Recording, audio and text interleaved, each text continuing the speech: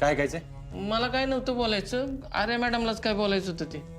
Jain sir, Arjun, Aparna madam तुला नक्की कुठे सापडल्या या प्रश्नाचं उत्तर मला भेटत नाही. आणि त्यामुळेच मी स्वस्थ बसू शकत नाही.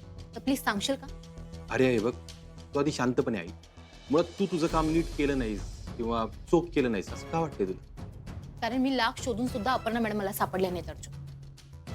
आर्या, तू प्रोसिजर प्रमाणे काम केलंस. तू जर मर्यादेच्या बाहेर जाऊन शोधलं असतंस ना, आपली तुला सापडली असती. म्हणजे नक्की काय म्हणायचं अर्जुन तुला? सांगतो. हे बघ, ऍक्सिडेंट झाला दरीच्या ठिकाणी, बरोबर? दरीच्या पूर्व बाजूला म्हणजे दरीत.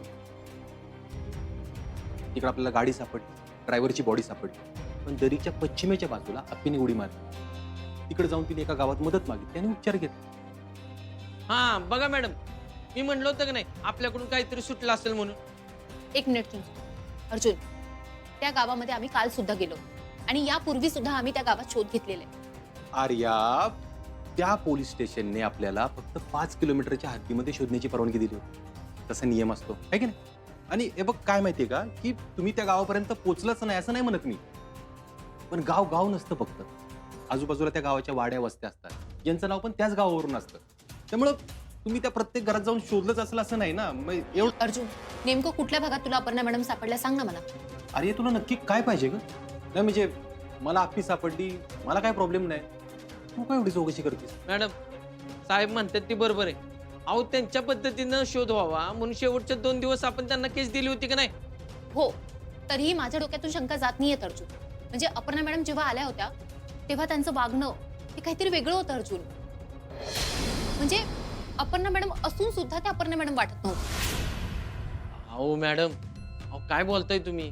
हो चिंचुके, त्यांचं ते वागणं, त्यांचे ते हावभाव, किंबहुना अर्जुन त्यांचं ते शांत राहणं, या सगळ्यामध्ये अपर्णा मॅडमची एक झलक सुद्धा दिसली नव्हती मला.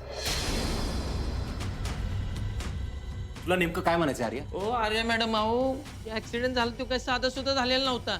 अहो, आपण त्यांना वेळ दिला पाहिजे. चिंचुके, ऍक्सिडेंटने माणूस जखमी होतो, त्याला धक्का बसतो, पण म्हणून काय माणूस पूर्णपणे बदलून जावा असं होत नाही चिंचुके. बर मग आता तुझं काय म्हणणं आहे आर्या? अर्जुन, मला असं वाटतं की मी स्वतः अपर्णा मॅडमशी बोला. म्हणजे त्यांचा हा अपघात कसा झाला आणि या अपघातातून त्या कशा वाचल्या हे मला त्यांच्याकडून जाणून घ्यायचंय अर्जुन. आर्या, तुझं काय डोकं फिरलंय का ग? एकतर आपल्यात एवढ्या मानसिक धक्क्यामध्ये त्या तुला या सगळ्या चौकशा करायच्यात का? अर्जुन, अरे पण हो मॅडम, ऐका माझं जरा. नाही चिंचुके, आर्या तिथपर्यंत पोहोचू शकली नाही ना, ह्याचं टेन्शन नाही तिला. आप्पी घरी आले ना परत, त्याचं टेन्शन आहे. ती चलते ना हिच्या डोळ्यात. हे बघ आर्या, तुला आप्पीबद्दल जे काय सांगायचं ना मी सांगून झाले.